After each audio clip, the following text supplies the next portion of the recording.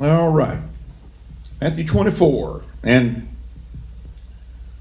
verse 37. Jesus says, as the days of Noah were, so shall also the coming of the Son of Man be. As were the days of Noah. Noah, we know, entered the ark. So it will continue like that until the second coming. Because when Noah entered the ark, sin continued up until that time. And he says, for as in the days of Noah were before the flood, they were eating and drinking, marrying and giving in marriage until the day that Noah entered into the ark. Now, a lot of things have been read into and out of that, but really it's very simple. All Jesus is saying is life continued to go on as usual. Sin continued as usual. People are doing the same thing right now. Business as usual. We have a catastrophe take place. We have a crisis happen. We have a tragedy happen. Just this past week again, another tragedy in Paris. And, on and on it goes. Now it's beyond being a weekly thing. Now it's several times a week that people are being killed, after one fashion or another, and not just one or two people here. I mean, the death toll as of the last count I had was 84. They were expecting it to even rise because of those who were in serious and critical condition at the hospitals in Paris. And so we're living in a dangerous time, but yet that happens, and most of us over here, we take a moment, we observe it, we look at it, we may make a comment on it, we may feel bad about it, and we may pray for them. But then it's back to business as usual. Then it's back to life as usual. And a world that's lost and dying in sin just continues in sin as usual.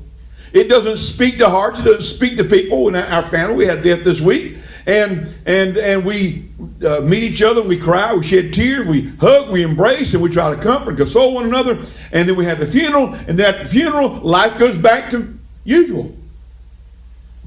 God is trying to speak to us in situations like that. We don't listen. And we continue the same old sin we were in before all this took place. And so we just continue our life. Sin continues to go on just like it did in the days of Noah, all the way up until the doors of the ark were closed. So the same Jesus is saying when it comes time in this last day, in this age, people are going to be doing the same thing. Nothing wrong with marrying and being given in marriage and having celebrations and things like this. Nothing wrong with eating and drinking and things. That's not innately wrong. But what he's saying is people are continuing with their life as usual, in their sin as usual, until they wait until the door of the ark is shut.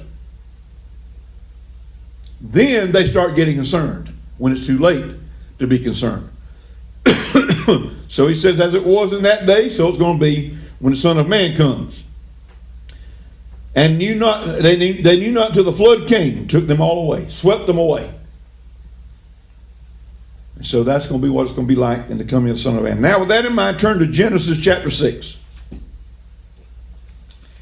Genesis chapter 6.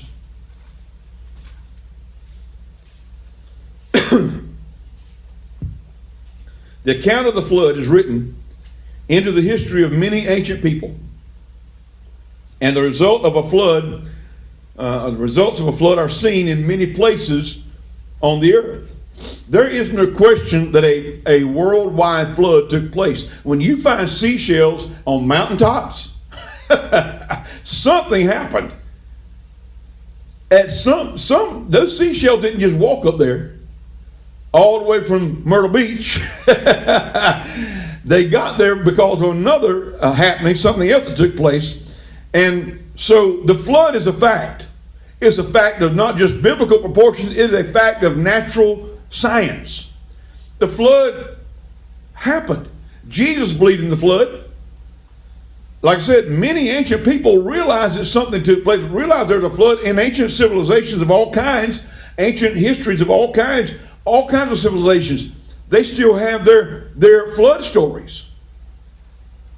Jesus believed in the flood. Here we saw in Matthew 24.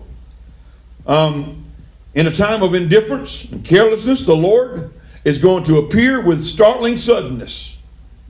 Some will be taken to meet him, others will be left. The thought of that event urges watchfulness and preparedness upon us. The thought of that event of the flood calls for us to be ready. Because when the Lord returns, it's going to be even faster. It's going to be even quicker. But Noah, now some say he preached 120 years. I think he preached longer than that. Personally, he lived much longer than that. I believe he preached longer than that. But we know at least 120 years, he began to preach and to try to compel people to get ready to board the ark. They'd never seen an ark. They didn't know what a boat was because there wasn't a whole lot of lakes and ponds in that area, and they'd never seen rain, is what some traditionalists believe. I don't know for sure, but I know they had clouds. Clouds were created along creation, so I don't know. But anyway, I know this. Noah preached to these people. He warned them.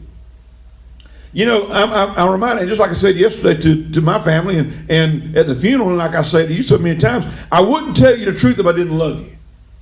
I wouldn't tell anyone the truth, wouldn't care if they got the truth, if I didn't love them and want them to be aware of and know the truth. And and like I told my family yesterday, when I say these things, when I say some of these hard truths that make people uncomfortable, when I say some of these things that does not sit well with a lot of people sometimes, I'm not saying it to be mean.